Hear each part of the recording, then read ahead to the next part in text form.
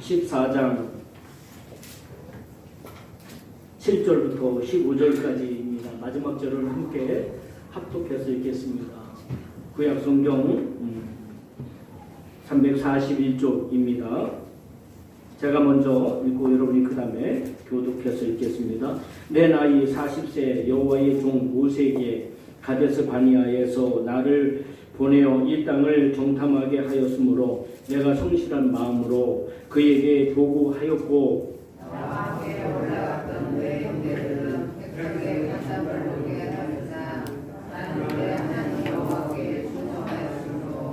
그 날에 모세가 맹사하여 이르되 내가 내 하나님 여호와께 충성하였은즉 네 발로 밟은 땅을 영원히 너와 네 자손의 기업이 되리라 하였나이다. 이제부터 여호와께서 이 말씀을 모세에게 주시므로 이스라엘이 가나안에서 강한 이 여호와께서 말씀하신 대로 나를 생존하게 하셨나이다. 오늘 내가 85세인데 모세가 나를 보내던 날과 같이 오늘도 내가 여전히 강건하니 내 힘이 그때나 지금이나 같아서 싸움에나 출입에 감당할 수 있으니 그 날에 여호와께서 말씀하신 이 산지를 지금 내게 주소서. 당신도 그날에 들으셨거니와 그 곳에는 아락 사람이 있고 그 성읍들은 크고 견고할지라도 여호와께서 나와 함께 하시면 내가 여호와께서 말씀하신 대로 그들을 쫓아내리라 하니 여호수아가 여분네의 아들 갈렙을 위하여 축복하고 헤브론을 그에게 주어 기업을 삼게 하매 헤브론이 드니스 사람 여분네의 아들 갈렙의 기업이 되어 오늘까지 이르렀으니 이는 그가 이스라엘의 하나님 여호와를 온전히 감쌌습니다. 함께 읽습니다. 헤브론의 이름은 기랍 아르바라. 아르바는 아낙 사람 가운데에서 가장 큰 사람이었더라. 그리고 그 땅에 전쟁이 그쳤더라. 아멘. 말씀을 함께 나누겠습니다. 그림 한번 띄워주실래요, 간사님? 그리고 이게 옛날 그 물통이거든요. 근데 물통이 이렇게 제대로 이렇게 다 있어야 되는데 여기저기 무너지고 그런 상태에 있어요. 우리 인생이 이렇지 않을까 싶어서 제가 이 그림을 좀 찾았고요. 또 그래서 이 그림을 우리 예쁜 수정 씨가 그렇게 예쁘게 더 만들어서 여러분에게 함께 나눕니다. 됐습니다. 일반적으로 신앙과 생활을 이원론적으로 보는 경우가 있어요. 이원론적으로. 그러니까 신앙은 따로, 또 생활은 따로. 이렇게 이거는 지워드립니다. 이렇게 이원론적으로 생각할 때가 많이 있습니다. 그러나 기독교는 단순히 종교가 아니고, 저는 그렇게 보고요. 많은 분들이 그렇게 얘기를 하죠. 기독교는 단순히 종교가 아니고 신앙과 삶의 일체를 이루는 것이 바로 기독교다라고 얘기합니다. 그래서 신앙의 성공이 인생의 성공과 연결되어지고 또 인생의 성공이 신앙의 성공과 같이 연결되어져야 된다.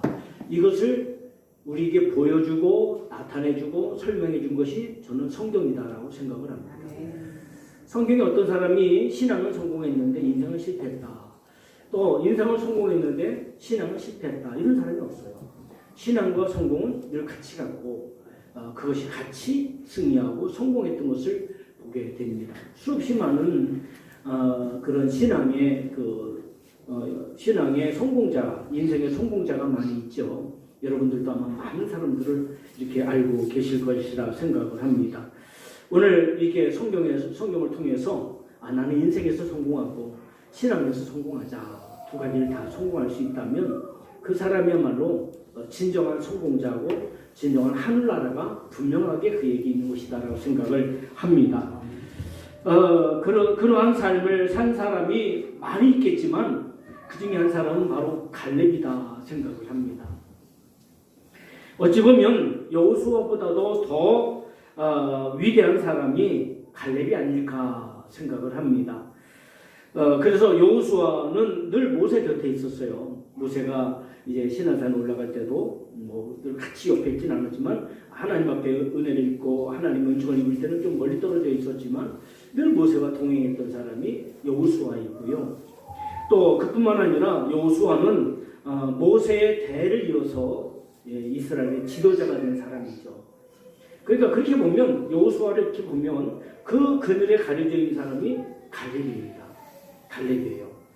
근데 이 갈렙은 어떤 상황 속에서도 전혀 흔들리지 않았어요.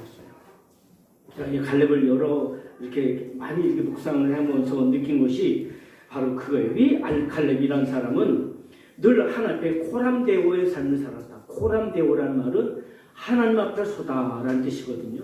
하나님 앞에 늘 서 있던 사람이 바로 갈렙이다라고 생각을 합니다.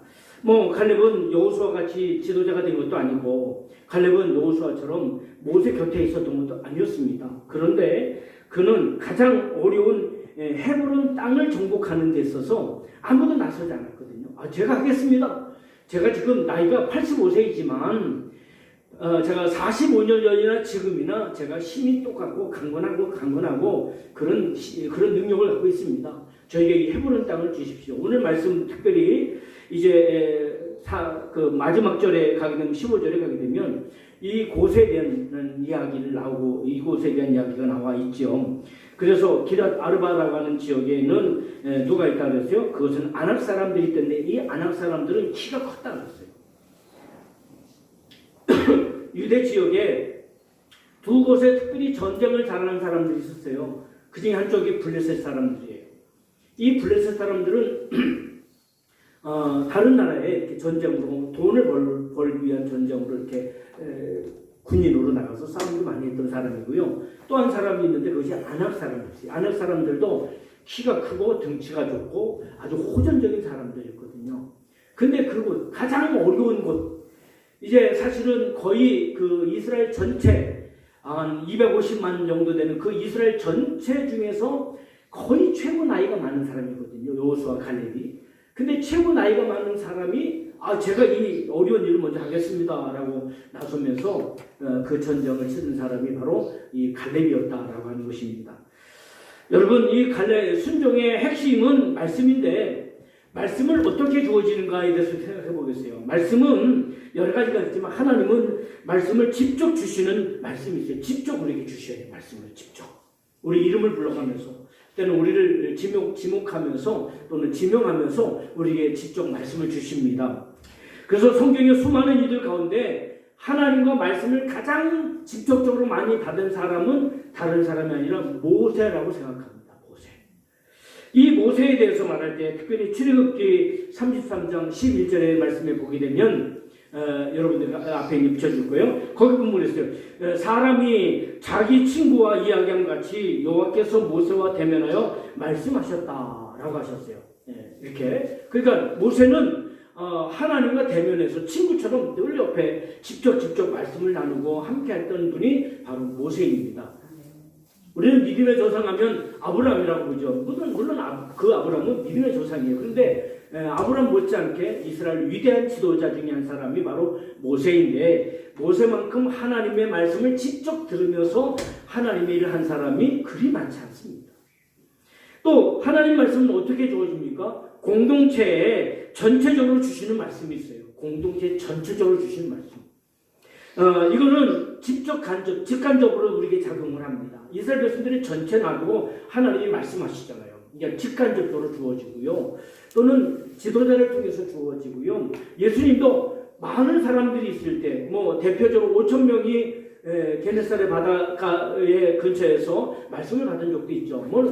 장정만 5,000명이죠. 그것도. 많은 사람들을 향해서 하나님이 직간접적으로 말씀을 주시는 경우가 있어요.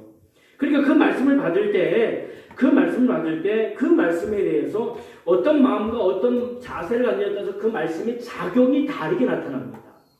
똑같은 시간에 똑같은 말씀을 전해도 어떤 마음을 갖고 듣느냐, 어떤 자세를 가지고 듣느냐, 어떤 마음의 상태가 있느냐에 따라서 말씀이 내 안에 들어와서 그 작용하는 모습이 다르게 나타나는 거예요.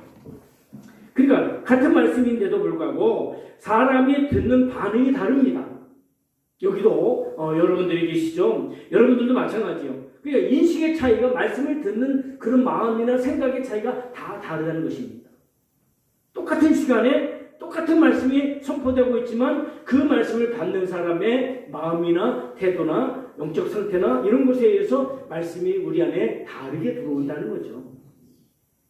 또 하나는 하나님 말씀은 현실에서 정말 완전히 간접적으로 주시는 말씀이 있어요. 잘 들으세요. 어떻게 간접적으로 주옵니까? 어떤 경우는요, 어떤 사건을 통해서 주시는 말씀이 있어요. 그거는 이렇다 저렇다 이렇게 딱딱 부러지게 주어지지 않지만 사건을 보면서 우리가 보는 거예요. 아, 이 사건을 통해서 야, 하나님이 이렇게 역사하시네. 이스라엘 백성들이 그들이 출애굽을 하면서 나가면서 그들이 홍해를 만나게 되잖아요. 홍해가 갈라지는 걸 보면서 야, 하나님이 전능하신 분이네. 하나님이 능력의 하나님이네. 그걸 거기서 보게 되는 거죠. 그러니까 사건을 통해서도 우리가 사건을 그냥 보는 게 아니라 그 사건을 통해서 하나님이 어떠시구나.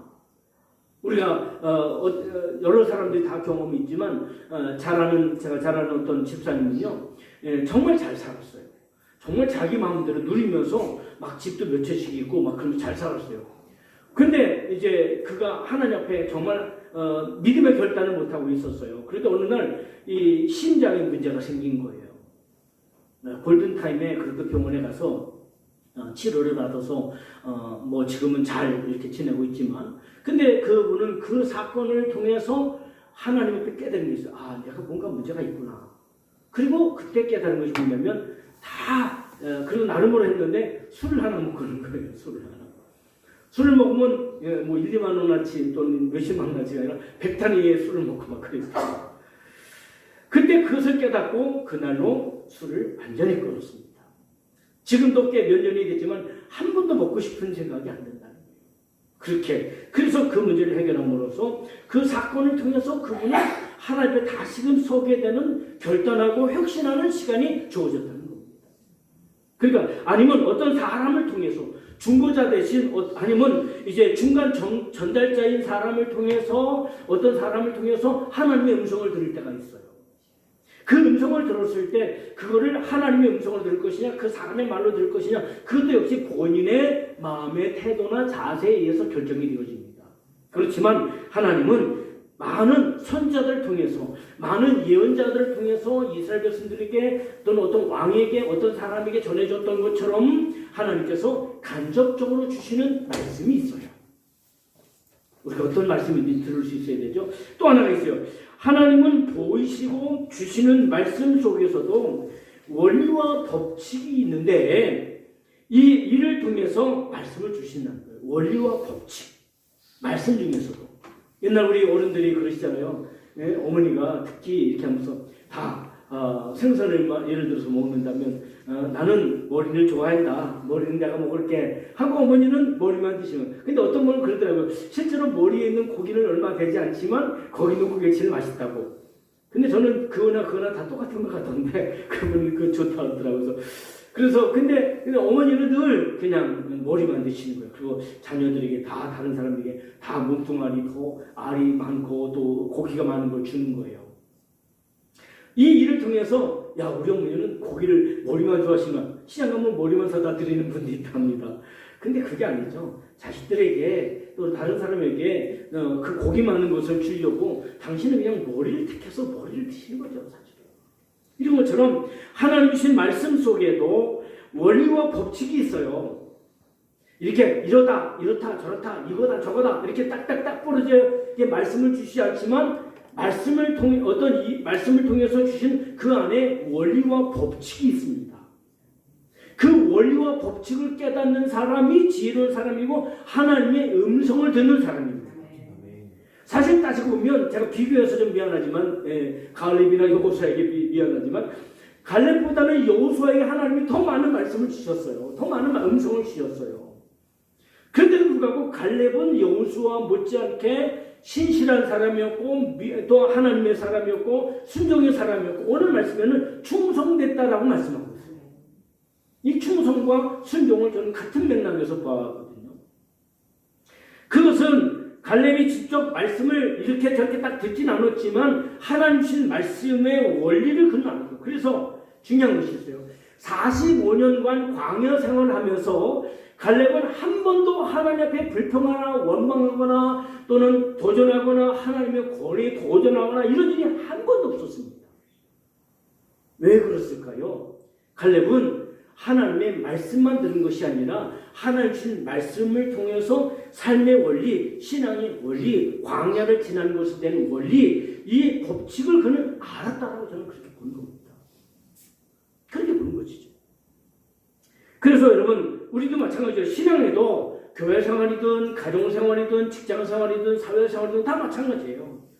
모든 것의 원리와, 여러분, 우리에게 헌법이 왜 주어져 있습니까? 뭐 민법이든 상법이든 모든 것이 뭐예요? 남에게 피해 주지 말고, 남에게 구질하지 말고, 예? 너의 삶의 인생의 정도를 가라 라고 하는 말 아니겠습니까? 그것이 헌법 속에 있는 거 아니겠습니까? 물론 또 다른 원리와 또 다른 법칙이 있기도 하지만 하나님 말씀도 마찬가지예요. 십계명을 주신 원리가 뭡니까? 사랑하라는 거예요. 사랑하라. 첫째는 하나님을 사랑하라. 둘째는 형제를, 이웃을 사랑하라. 나가 아닌 모든 사람은 다 이웃이잖아요. 그 원리와 법칙이 십계명 속에 담겨져 있는 거예요. 아, 이거 없어, 저거 없어, 이거 하지 말라는, 이거 하지 말라는 말씀이 없어, 저거 하지 말라는 말씀이 없어. 그러니까 그거를 사이로 비껴가려고 하거든요. 아니에요. 말씀을 전체를 보면 그 말씀 전체에 하나님이 주신 말씀의 원리와 법칙이 있어요. 그것을 잘 깨닫는 사람이 죄 가운데 거하지 않고 죄와 멀리 떨어져가는 삶을 살 수가 있는 것입니다. 신앙에서도 마찬가지고요. 교회 생활이나 가정 생활이나 모든 것이 다 마찬가지예요.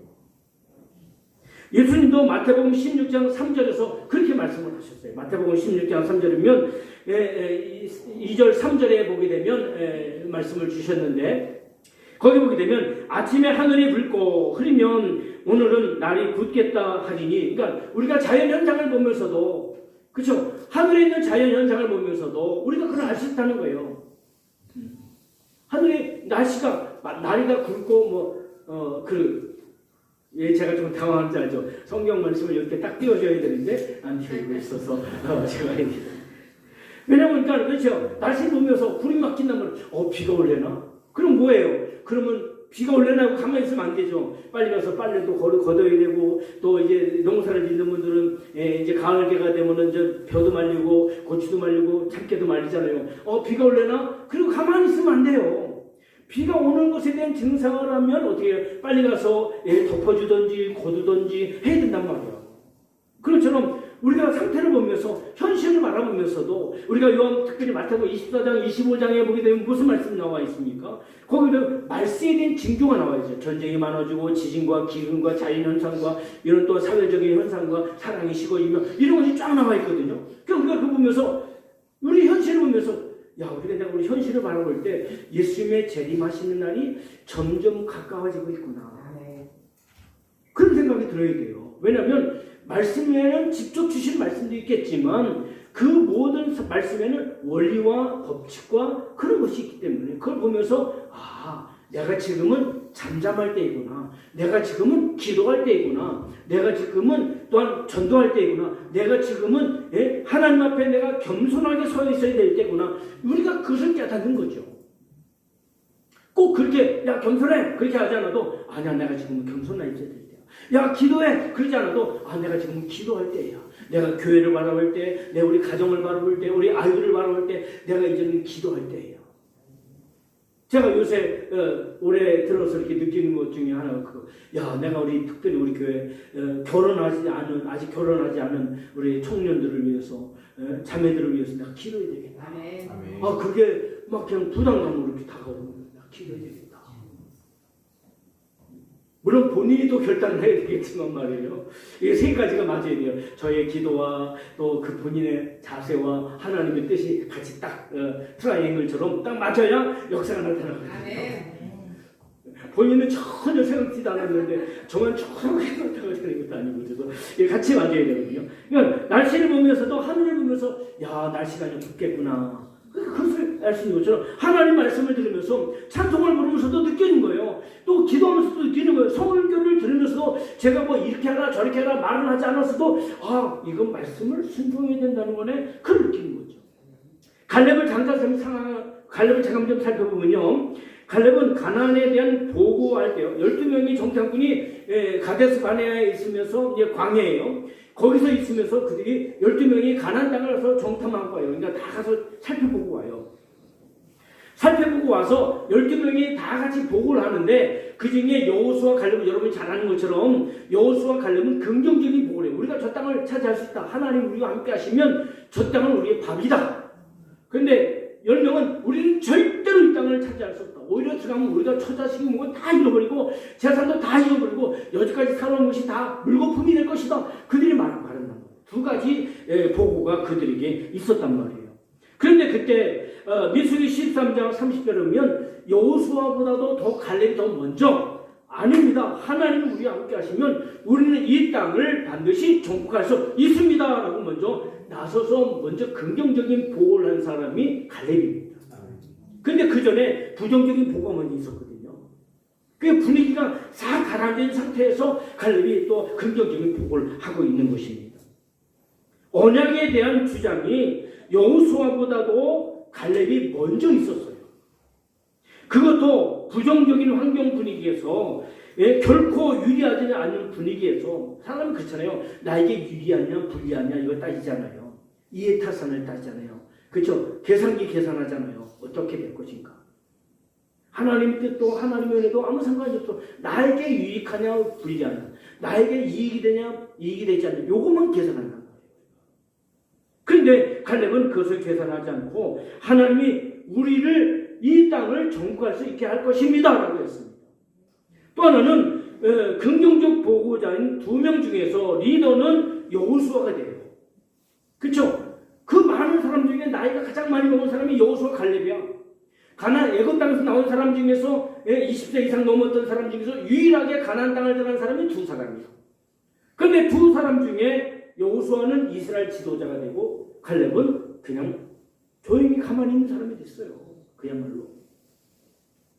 그러니까 이 갈렙은 무엇이 되느냐보다 하나님의 뜻이 무엇이냐가 중요했던 것 같아요. 그것을 하다. 그래서 갈렙은 자기는 여호수아처럼 지도자가 되지 않았어도 자기는 하나님 앞에 하나님의 뜻을 그가 알고 있었기 때문에 그는 그것 때문에 그는 거기 갈등하거나 그것 때문에 어떤 속상함이 아니라 하나님 뜻을 호람대오라는 마음. 또 하나는 이 갈렙은 언제나 인내와 겸손을 가지고 있었습니다. 그래서 무려 45년 동안 여러분 45년 동안 광야를 이제 여기 정복하는 시간까지 합치면 이게 쉽지 않은 거거든요. 그 45년 동안 별별 일이 다 있었어요. 그것이 어디에요? 민수기 신명기에 다 나와 있잖아요. 45년 동안 지나가면서 별별 경험을 다 했어요. 그 경험 속에 모세와 아론의 권위에 도전했던 사람들도 있었고 죄를 졌던 사람도 있고 불평했던 사람도 있고 원망했던 사람도 있고 다시 이스라엘 돌아가자는 사람도 있고 우상 숭배했던 사람도 있고 별별 일이 다 있었거든요. 근데 그 많은 수많은 일 가운데서도 갈렙은 변함이 없었어요. 그래서 40여 년 동안 갈렙은 자신을 지켰어요. 자신의 신앙을 지켰어요. 사람들의 말에 환경에 혹하지 않고 거기에 좌우되지 않았습니다. 갈렙이 그런 사람이었어요. 그래서 무려 45년 동안 어떤 상황에서도 입을 지켰고 말을 함부로 하지 않았어요. 또 행동을 주의했고 겸손한 믿음으로 그는 나갔어요. 하나님 앞에 서 있었기 때문에 그렇습니다. 또 하나는 더 살펴보면 이전에 주어진 말씀을 기억하고 순종했습니다. 이게 중요해요. 지금 나에게 주실 말씀도 중요하지만 그들이 광야를 40여 년 동안 지나면서 갈렙은 그 모든 말씀을 다 기억하고 있었어요. 그래서 어떤 상황이 주어질 때마다 그 말씀이 삶에 적용이 되는 거예요. 그러니까 우상 숭배도 같이 휩싸이지 않았고 불평한 데도 휩싸이지 않고 음식 가지고 떠들 때도 뭐라 그러지 않았고 그들이 모세와 그 어떤 위치에 대해서도 도전하지 않았습니다. 정말 갈렙이 위대한 사람이에요. 아니 여호수아는 그나마 그래도 모세 곁에 있었잖아요. 근데 갈렙은 그렇게 있지 않았는데 불구하고 자신의 신앙을 딱 지키고 있었다는 겁니다. 그러니까 여러분 보세요. 그러니까 쉽게 말하면 갈렙은 그 산에 있는 나무 몇 그루를 보는 게 아니라 갈렙은 그 산의 숲을 전체를 보는 거예요. 숲을 보는 거예요. 하나님의 말씀과 하나님의 섭리를 보는 사람이 바로 갈렙입니다. 지금 당장 현실적으로 일어나는 일보다는 하나님이 더 큰 것을 보는 거예요. 하나님이 더 큰 비전을 보는 거예요. 가나안 땅을 보는 거예요. 이것이 갈렙의 자세였어요. 그 하나님의 뜻을 본 사람이 바로 아브라함이었잖아요. 하나님의 뜻을 본 사람이 아브라함이었기 때문에 그렇죠. 그가 아들인 이삭을 바치라고 할 때 우리가 또 하나님 주실 때 언제고 또 내놓으랍니까? 이렇게 반발할 수 있잖아요. 거기에 대해서 이의를 제기할 수 있잖아요. 근데 아브라함은 하나님 말씀에 순종해서 그 아들 이삭을 바쳤다는 거죠. 왜 그렇습니까? 하나님은 죽은 자를 살리신 분인 것을 알았어요. 그래서 11장에 보게 되면 비록 왜냐하면 그 경험을 했잖아요. 그의 아내 사라가 아기를 알 수 없는 생리적 또 신체적 그런 구조 속에 있었지만 하나님이 그에게 아이를 주셨던 것을 알잖아요. 죽은 자 같은 자에게 아이를 주셨잖아요. 그 경험이 그 말씀이 과거부터 그 속에서 움직이고 있었기 때문에 현실적인 문제나 현실적인 아픔이나 현실적인 어떤 것이 그를 가로막거나 그를 쓰러뜨릴 수 없었다는 것입니다. 그러므로 진정 순종의 사람이 되려면 마음을 크고 시선을 넓게 시선을 멀리 봐야 돼요. 당장 내 앞에만 보고 당장 내 현재적인 이익이나 현재적인 이타산만 생각하면요 우리는 절대 순종할 수 없습니다. 넓게 멀리 깊이 볼 수 있는 그런 여러분 영적인 시야를 가지시기를 주의 이름으로 축복합니다. 그래야 순종할 수 있고 그 순종이 진정한 순종이 될 수 있어요. 계산하지 않는 순종이죠. 어떻게 순종할 수 있습니까? 나에게 좋은 것보다 하나님께 좋은 것이 돼야 합니다. 바울은 갈라디아서 1장 10절에 그렇게 말하고 있습니다. 내가 사람에게 좋게 하랴. 이제 내가 사람에게 좋게 하랴. 하나님께 좋게 하랴. 내가 사람에게 기쁨을 구하랴. 하나님께 기쁨을 구하랴. 내가 만약에 사람에게 기쁨을 구하면 나는 하나님의 종이 아니다 라고 얘기했어요. 내가 기쁠 것인가 하나님이 기쁠 것인가 내 뜻을 이룰 것인가 하나님의 뜻을 이룰 것인가. 예수님의 자세잖아요. 예수님이 겟세마네 동산에서 그렇게 말하죠. 아버지 나의 원대로 마옵시고 아버지의 뜻대로 되기를 원합니다.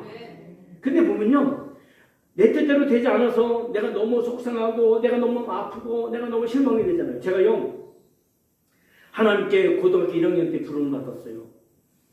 하나님의 부르심에 대한 그 후에도 하나님께서 그 부르심에 대한 이야기를 어떤 목사님들을 통해서 입신하신 분들을 통해서 계속 교회에 이렇게 말씀을 주셨거든요.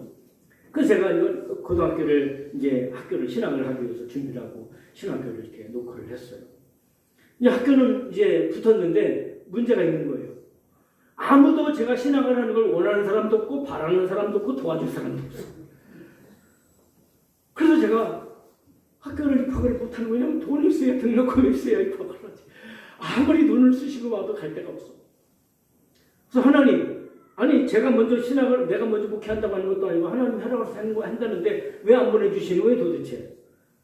얼마나 화가 나는지 그냥 하나님의 뼈락통해갖고 하나님의 너무 화가 나갖고 그래서 막부터 이렇게 속상해. 그래서 할 수 없이 집에서 머물면서 농사일을 도와줘. 그냥 가만히 있으니까 안 되잖아요 또. 그래서 경비 끌고 노타리도 치고 밭도 돈도 갈고 농사일을 하고 그렇게 여름 봄부터 그렇게 하다가 또 이제 기회가 주어져서 또 직장 생활을 했어요. 직장을 가서 수원에 가서 직장 생활을 했습니다. 뭐 짧게지만 말이죠. 그렇게 하고 있다가 이제 다시 연말이 되어서 이게 아닌 것 같아서 다시 마음을 정리하고 다시 학교를 준비를 하고 다시 학교를 이제 노크를 해서 이제 돼서 하나님의 은혜로 학교를 잘 갱신히 마쳤어요. 돈도 없고 그래서 갱신히 마쳤었어요. 왜냐면 저가 신학하는 거 원하는 사람은 아무도 없고 도와주는 사람은 아무도 없고 오직 하나님밖에 없었으니까 말이에요. 그런데 제가 이제 목회를 하면서 제가 이제 저기 시골에서 목회를 몇 년을 하고 그러나서 이제 도시에 가서 이제 성남시라는 데서 목회를 하면서 어느 날 하나님이 은혜를 주시는데 갑자기 무릎이 딱 쳐지는 거예요. 뭐야? 이것 때문이야? 제가 그랬어요. 뭔 얘기냐면 제가 목회했던 여정이 시골에서 목회하다가 도시에서 목회를 했잖아요. 만약에 제가 학교를 졸업하자마자 바로 신학을 했다면 세상에 뭔지 농촌이 물론 시골에서 살았기 때문에 기본적인 농사일을 도왔지만 그러면 그걸 어떻게 알겠어요? 농사일이 뭔지 또 도시 생활이 뭔지 직장 생활을 제대로 해본 적이 없단 말이에요. 근데 직장생활을 주야간으로 제가 해봤거든요. 주야간으로 이교대라는 그 직장 다니면서. 근데 어느 날 무릎이 딱 터지면서 뭐야 하나님 이것 때문에 그러신 거야? 그래서 제가 깨달은 게 뭐냐면 하나님이 나를 시골에서 목회를 하게 하다가 도시에서 목회하게 하려고. 그 신학을 학교를 고등학교 졸업하고 난 그 기간 동안에 신학을 하기 위한 준비 가운데 시골에서 농사일을 돕게 하시고 도시에서 도시 생활을 하게 하시고 이거야 하나님이 나를 이 시간을 지체시키신 이유가 이거야. 야 그거를 생각하니까 너무 감사하더라고요. 그때는 왜 빨리 안 해주시는 거야? 내가 가겠다는데 왜 빨리 안 보내주시는 거야? 그때는 원망하고 불평했는데 나중에 도시 목회를 하면서 깨닫게 된 것이 내가 도시 생활 안 하고 직장 생활 안 하지 않았으면 사람들이 직장에서 생활한다는 것이 어떻게 어렵고 어떻게 힘들고 어떻게 알겠어요? 근데 그 직장 생활을 조금 했고 농사일을 하면서 그 힘든 것이 어떤 건지 알고 그거를 경험한 것이 저의 목회 현장에서 그대로 적용이 되는 거예요. 그래서 나중에서야 깨닫게 되는 거예요. 야 이거구나. 하나님이 이것 때문에 나에게 그 일을 지체하게 하시고 나의 길을 막으셨던 거구나 라는 생각을 하니까 너무너무 감사한 거예요. 그래서 그것을 사람에게 좋게 하랴 하나님에게 좋게 하랴 보다 나보다는 하나님께 좋게 하는 것이 나에게 결국 다 복이 된다는 사실을 알게 되었던 것입니다. 우리의 진정한 사명인 예배도 여러분 예배는 제사인데 제사도요. 그래서 여러분 찬양의 제사, 섬김의 제사 또는 여러분 순종의 제사가 있어요. 이 순종을 통해서 오늘 우리가 언제나 승리하는 삶을 살 수 있습니다. 이런 사람들은 하나님이 그의 삶을 보장해 주시고 분명히 믿습니다. 이렇게 순종하는 사람은 하나님 그 삶을 보장해 주십니다. 일생 동안을 동행해 주십니다. 하나님의 일에 쓰시는 그런 쓰임받는 일생이 되어집니다. 또 자신과 후손에게 복이 되어지는 축복의 통로가 열려지게 한다는 사실을 믿으시기를 주의 이름으로 축복합니다. 여러분 순종한다는 것은 제가 순종이라는 말을 많이 하지 않았지만 이 갈렙을 통해서 제가 느낀 것은 갈렙은 하나님께 정말 순종의 사람이다. 그 사람같이 우리가 산다면 갈렙이 승리했던 것처럼 갈렙이 복을 받았던 것처럼 갈렙이 위대하게 쓰임받았던 것처럼 하나님 일생 동행했던 것처럼 우리도 그런 삶을 살 수 있겠구나 하는 그런 확신과 믿음이 들었습니다. 오늘 이 한 해 여러분 순종을 통해서 승리하고 복을 입는 우리 모두가 되어지기를 주의 이름으로 축복합니다. 아멘. 우리 함께 다 같이 일어나셔서 찬양으로 하나님께 나아갑니다.